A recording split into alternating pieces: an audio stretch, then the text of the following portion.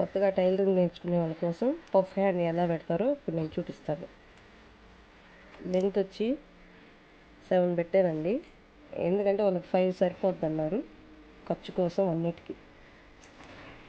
ఈ లెంత్ వచ్చి 8 పెట్టాను పఫ్ పెట్టేదానికి. అది ఒక చిన్న టాకా అనేది పెట్టుకుని దీన్ని పఫ్ అనేది పెట్టాలి.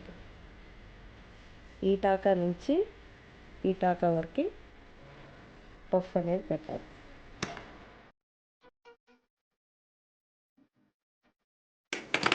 పైన ఎలాగ పెట్టానో దానికి ఆపోజిట్గా కింద కూడా అదే లెంత్లో పెట్టాలి.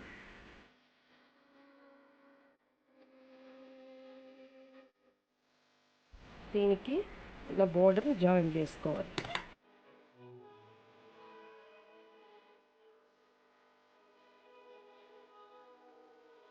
దీన్ని ఇప్పుడు మెయిన్ పార్ట్ని లైనింగ్ జాయిన్ చేసుకోవాలి.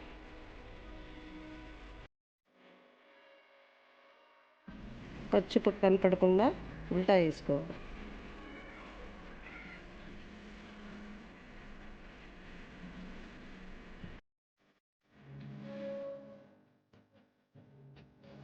సరే కదండి,